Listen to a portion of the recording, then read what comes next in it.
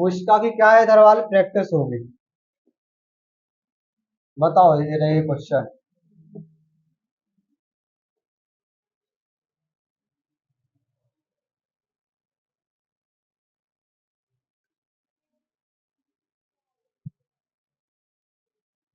क्या रहेगा पहले का। शरीर में लगी चोट की मरम्मत के लिए किस प्रकार की सेल के लिए किस प्रकार यानी कि रिपीट हो गया, किस प्रकार के सेल के लिए सेल विभाजन का प्रयोग किया जाता है। कौन सा। केवल समसूत्रण। दूसरा, किसके द्वारा अनुवांशिकता के विज्ञान को अनुवांशिकी कहा गया। अनुवांशिकता के विज्ञान को अनुवांशिकी किसके द्वारा कहा गया। डब्ल्यू वॉटसन के द्वारा। अनुवांशिकता के विज्ञान को अनुवांशिकी जेनेटिक्स डब्ल्यू वॉटसन के द्वारा। इधर नहीं दिखाई दे रहा क्या। तो थोड़ा इधर आके बैठो ना तुम, तो ऐसे बैठोगे तो दिखेगा, अब एकदम से उसमें बैठे हो इसलिए नहीं दिखेगा। इधर आओ, इधर सेल्यूलर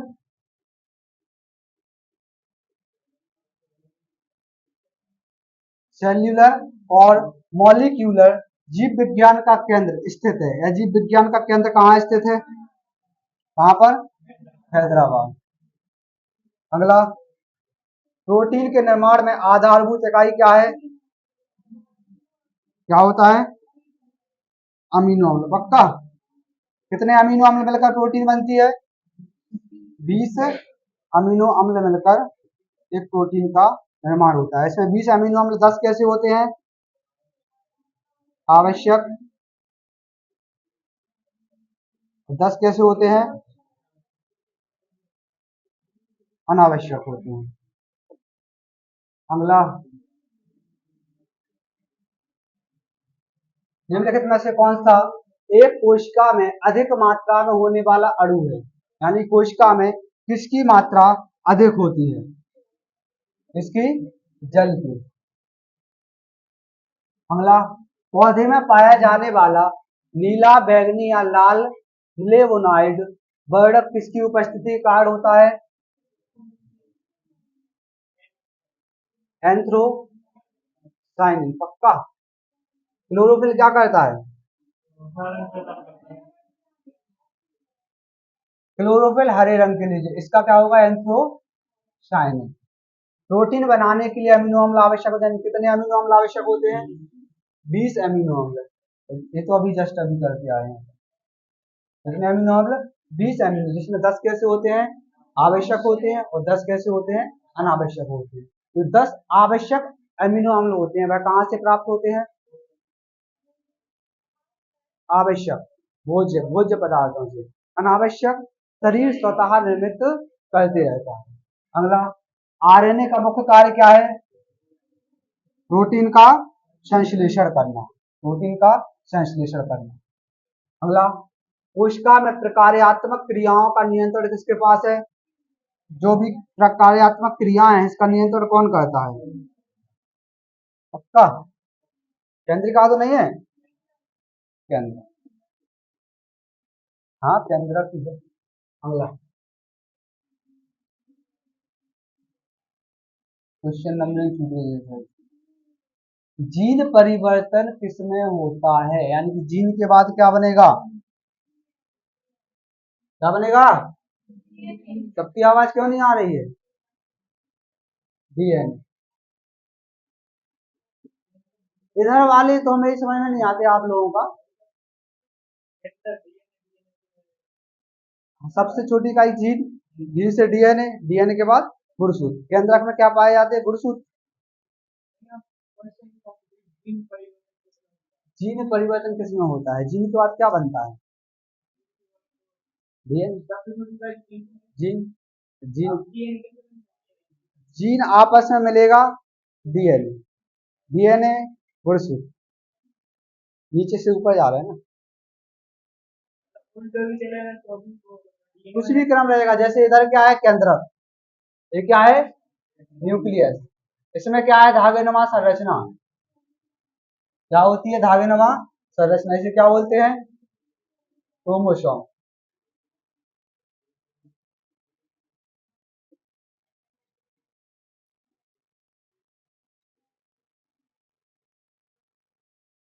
क्या होते हैं? गुणसूत्र।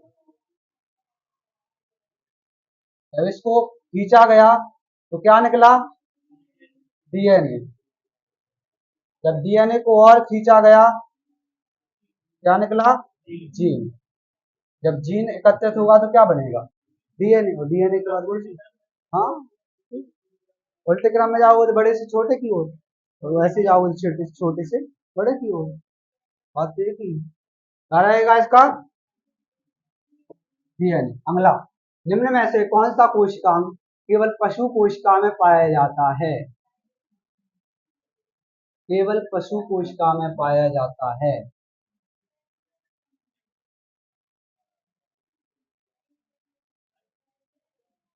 क्या है? बड़ा इधर भी बोलते जाओ यार। सेंट्रोसोम। क्यों? क्योंकि लाइसोसोम पादप में नहीं पाया जाता है, लेकिन छोटे पादपों में पाया जाता है, अपवाद माना जाता है। गोल्जी बॉडी पाया ही जाएगा, राइबोसोम पाया ही जाएगा, लेकिन सेंट्रोसोम की जगह क्या पाया जाता है पेड़ पौधों में? Cell plate. सेल प्लेट पाए जाते हैं। आत्महत्या की थैली किसे कहा जाता है? लाइसोसोम को। क्यों कहा जाता है? आत्महत्या की थैली क्यों कहा जाता है इसे? इसके पास जल अपघटक एंजाइम पाया जाता है। कौन सा जल अपघटक एंजाइम? हाइड्रोलिटिक जल अपघटक एंजाइम पाया जाता है, जो इतना खतरनाक होता है कि यदि किसी कोशिकांग पर स्प्रे कर दिया जाएगा तो क्या होगा? वह कोशिका या कोशिकांग क्या हो जाएगा? नष्ट हो जाएगा। वनस्पति कोशिका तथा प्राणी कोशिका का अंतर किसकी उपस्थिति से होता है? बताया है। इस ऑप्शन के हिसाब से क्या रहेगा? कोशिका वृद्धि। क्योंकि वनस्पति कोशिका में क्या पाई जाएगी? कोशिका वृद्धि पाई जाएगी, जबकि जंतु कोशिका में कोशिका वृद्धि नहीं पाई जाएगी। किस कोशिकांग को कोशिका का मास्टर कहा जाता है? कोशिका का मास्टर नाभिक यानी कि केंद्रक को कहा जाता है। हाँ, कौन सा? क्या नहीं? कोशिका पादप कोशिका नहीं पाई जाती, जैसे लाइसोसोम भी नहीं पाया जाता, लेकिन कुछ छोटे वाले जो होते हैं छोटे पौधे, उनमें पाया भी जाता है, सिर्फ अपवाद की इसमें माना जाता है। हाँ, यदि इधर कोशिका वृद्धि की जगह होता सेंट्रोसोम और फिर केंद्र का होता, तो हम सोच सकते थे इस चीज को, फिर हम सोच सकते।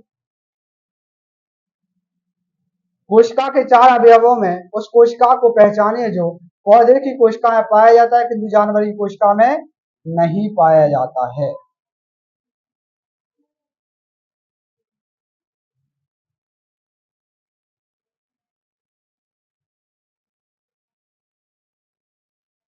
ऊपर नीचे हो गया क्या?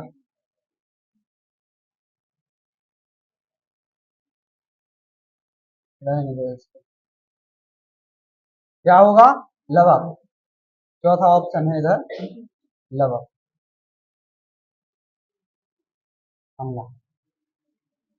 एक पशु के शरीर की सबसे बड़ी कोशिका इनमें से कौन है? यानी कि पशु यानी कि मानव यानी कि जंतु कोशिका। हाँ, सबसे बड़ी कोशिका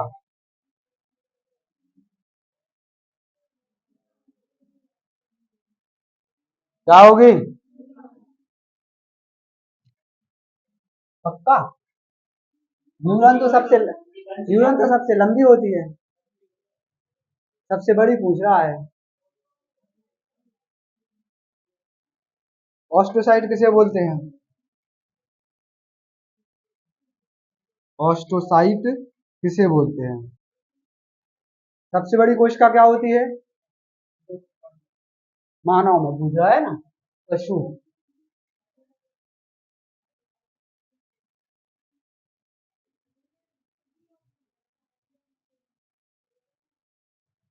इन ऑप्शन के हिसाब से न्यूरॉन सही है, क्योंकि इसमें ओवम है ही नहीं।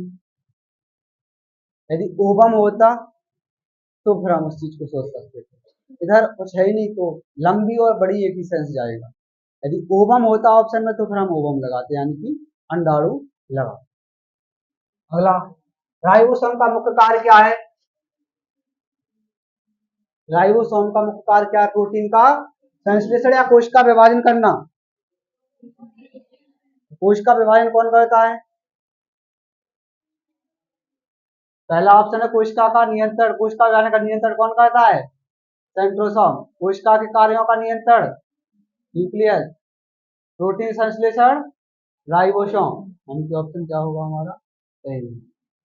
निम्न में से अर्धसूत्रण के लिए कौन सा कथन सत्य नहीं है? यानी कि अर्धसूत्री जो विभाजन होता है उनके लिए कौन सा कथन सत्य नहीं है?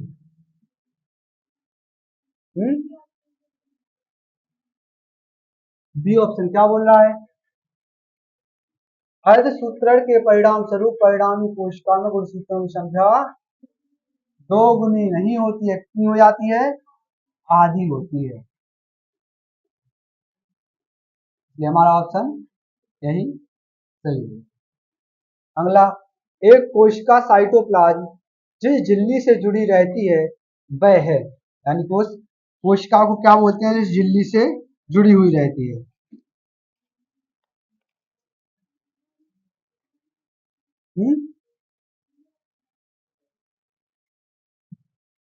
एक कोशिका साइटोप्लाज्म जिस झिल्ली से जुड़ी रहती है उस झिल्ली को क्या बोलते हैं?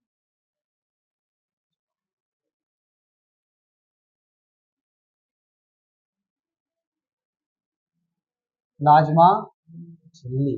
क्या बोलेंगे उसको? प्लाज्मा झिल्ली ही बोला जाता है। इसका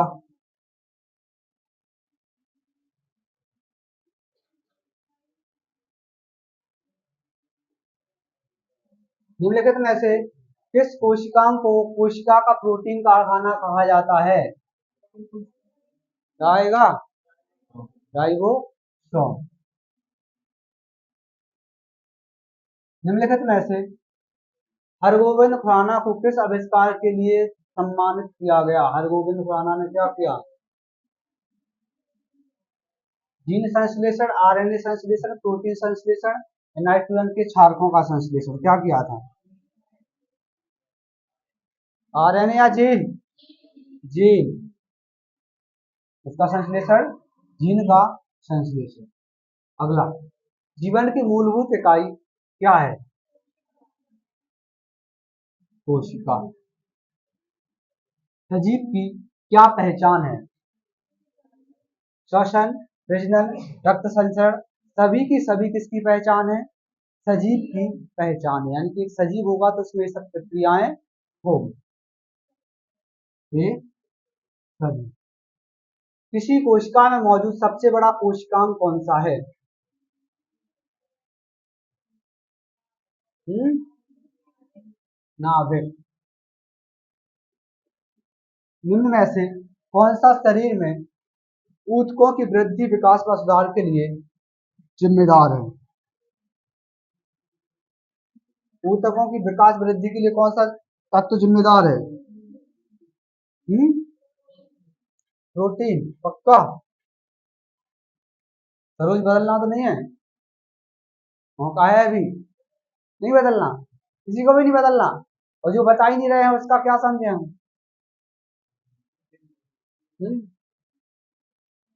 प्रोटीन।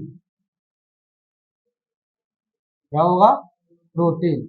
इसके बाद, पौधों में कोशिका भित्ति का निर्माण करने वाले जटिल कार्बोहाइड्रेट को क्या कहा जाता है? यानी कि जो सेल्यूलोज।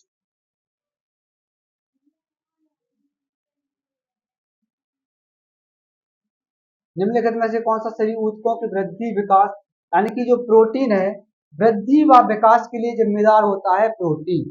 जैसे देखा होगा मसल्स वृद्धि के लिए, जैसे जिम, जो जिम करता है जो भी व्यक्ति, लड़के लड़कियां जो भी, तो प्रोटीन गेनर वगैरह इस सब चीजों का यूज करता है। क्यों? क्योंकि प्रोटीन जो होता है वह मसल्स को ग्रोथ करता है, वृद्धि या विकास लाता है, वृद्धि और विकास लाता है। तो प्रोटीन क्या है? वृद्धि और विकास में सहायक है। ठीक है, इसका क्या रहेगा? सेल्यूलोज।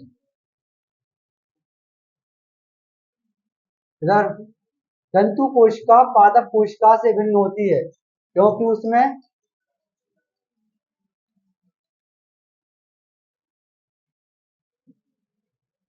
क्या होता है? कोशिका भित्ति नहीं होती, हरित लवक नहीं होते, तारक केंद्रक नहीं होते, हीमोग्लोबिन। अब नीचे कोड दिया है, ऑप्शन इनमें से कोई लगेगा?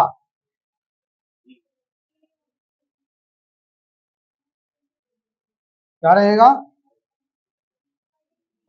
कोशिका भित्ति नहीं होती, हरित लवक नहीं होते, तारक केंद्र होते हैं, हीमोग्लोबिन होते हैं।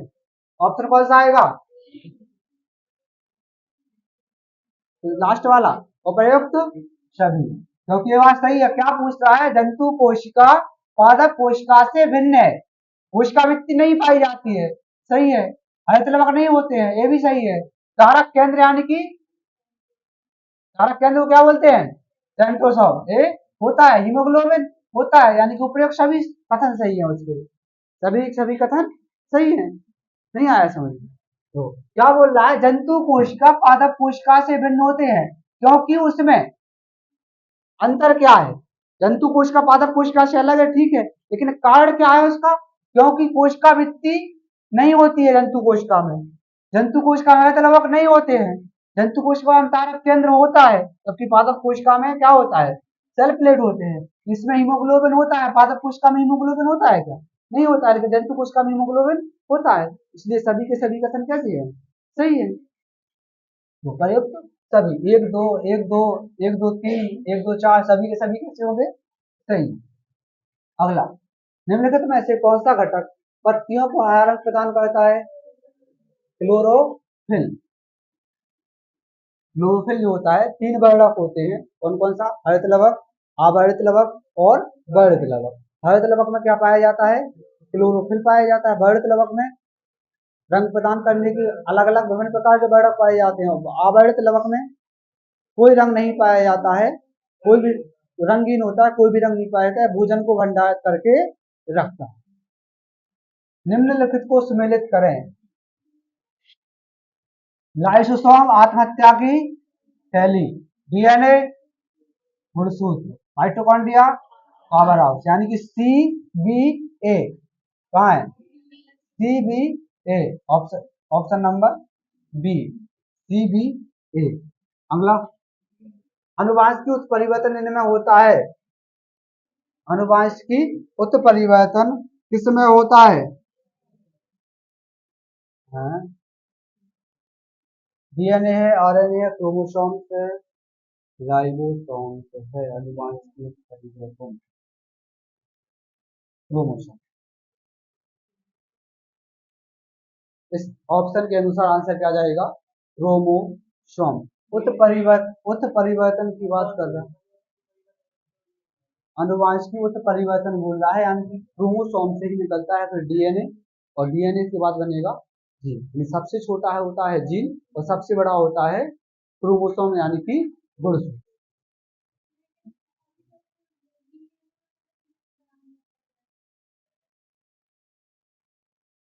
वो उस जगह वो भी सही है, लेकिन यदि ऑप्शन आपका क्रोमोसोम है तो आंसर क्रोमोसोम चाहिए। क्यों जाता है? अब इधर यही कंफ्यूजन हो जाती है, हमें ऑप्शन डिपेंडेंट बहुत चीजें देखने के लिए मिलती है। अब यदि यहाँ यदि जीन भी होता तो और बड़ा कंफ्यूजन हो जाता, अब फिर हमें देखना पड़ता कौन सी संस्था कौन किस आंसर को सही मान रही है। यहाँ स्कूलिंग वाले अलग चीज हो जाती है, इधर हमें ये भी देखना पड़ता है किस संस्था ने, कभी कभी ऐसा भी हो जाता है एक ही क्वेश्चन को अलग अलग विभाग वाले अलग अलग आंसर मान लेते हैं। मध्य प्रदेश वाले इसको डीएनए मान सकते हैं, एसएससी वाले क्रोमोसोम मान सकते हैं, रेलवे वाले क्रोमोसोम या वो डीएनए मान सकते हैं, वो उस चीज को फिर देखना पड़ता है वो चीजें। अगला, centre for DNA fingerprinting and diagnostic कहाँ अवस्थित है? कहाँ? हैदराबाद। डीएनए संश्लेषण का प्रतिपादन किसने किया? डीएनए संश्लेषण कॉल्सबर्ग। हाँ कॉल्सबर्ग। दो ऑप्शन ही मिल रहा है, तो इसको थोड़ा छोटा कर देते हैं।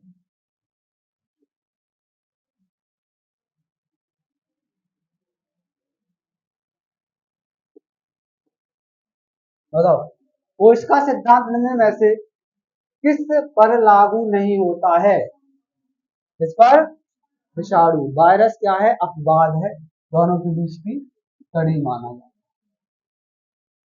सूत्री विभाजन के चरण का नाम बताइए जिसके दौरान विभाजित सेल के गुणसूत्र मध्य रेखा पर स्थित होते हैं। मध्य रेखा पर स्थित होते हैं, कौन सी अवस्था? Interphase, prophase, metaphase. तो मेटाफेस से मध्य, फिर बाद में किनारों पर ध्रुवों की ओर जाना प्रारंभ हो जाता है, यानी कहां पर हो गए? मेटाफेस। अच्छा, सबसे बड़ी अवस्था कौन सी होती है? इंटरफेस। सबसे छोटी अवस्था? एनाफेस। अध्ययन की सुविधा से सबसे अच्छी? मेटाफेस। सबसे अंतिम अवस्था? टेलोफेस। निम्न में से कौन सा कोशिका अंग पादप कोशिका में पाया जाता है किंतु पशु कोशिका में नहीं पाया जाता है? पादप कोशिका में पाया जाता है किंतु पशु कोशिका में नहीं पाया जाएगा। क्लोरोप्लास्ट। ये कहाँ पाया जाएगा? पादप में पाया जाएगा, बाकी सब जंतु में पाए जाएंगे। अमीनो अम्ल मिलते हैं, अमीनो अम्ल कहाँ मिलते हैं, कहाँ से मिलेंगे? प्रोटीन, क्योंकि अमीनो अम्ल से ही मिलकर क्या बनती है? प्रोटीन बनती है। हो गया? अच्छा, इस जो भी क्लास की पीडीएफ रहती, जो भी नए बच्चे हैं, क्लास की पीडीएफ कहाँ मिलती है आप लोगों को? टेलीग्राम चैनल पर। और उसके लिए आपको क्या करना पड़ेगा? टेलीग्राम चैनल को ज्वाइन करना पड़ेगा। टेलीग्राम चैनल क्या है? MG classes official. Black colour का लोगो लगा रहेगा, बाकी रहेगा एमजी क्लासेस ऑफिशियल। आज का समय भी हो गया है। अब हाँ, इस चीज की प्रैक्टिस अभी इधर खत्म नहीं होती है। ये तो आपकी उस चीज से प्रैक्टिस हो गई जो हमने आपको प्रैक्टिस शीट बना के पूरी की पूरी बुक दी है। चैप्टर वाइज बुक है। आज हम उसको टेलीग्राम पर पूरी की पूरी बुक को डाल देंगे। जिसको जहां से प्रिंट कराना है वो प्रिंट करा सकता है, और इसी के आंसर आप फिर उसमें टिक लगा सकते हैं। इसके अलावा भी क्या होगा? कोशिका वाले चैप्टर की आपकी प्रैक्टिस होगी। अब किस तरह प्रैक्टिस होगी वो हम आप लोगों को बता देंगे। 100 क्वेश्चन कुछ रहेंगे उस दिन, लगभग मेरे ख्याल से दोनों क्लास यानी कि 8 से 9 और 9 से 10 लगभग हो सकता है कि साइंस की ही क्लास चले, प्रैक्टिस चलेगी, उससे पूरा चैप्टर उस दिन कवर कर लेंगे। तो प्रिपरेशन करके रखना। ऐसा नहीं है कि चैप्टर खत्म हो गया तो बस हो गया पूरा हमारा, लगातार उसको पढ़ते रहना। अब फिर उस दिन नहीं चलेगा कि कोई चुप बैठा है, किसी को आंसर आ रहा है, सबको आंसर आना चाहिए, है ना? इधर खास तौर सर, इधर तो ऐसा लगता है कि ये लोग सिर्फ, हाँ, इधर तो ऐसे लगता है कि जैसे बस आए हैं, मस्त बैठे हैं, टीवी चल रही है, देख के आनंद ले रहे हैं। क्या है, घर से थोड़ा दूर हो जाएंगे, घर वालों को लगेगा कि भैया पढ़ने के लिए जा रहे हैं छोरे, उनको क्या पता कि छोरे यहाँ बैठे हैं बस मूर्ति से बने। ऐसा नहीं होने देंगे हम बिल्कुल भी यहाँ पर, ठीक है ना?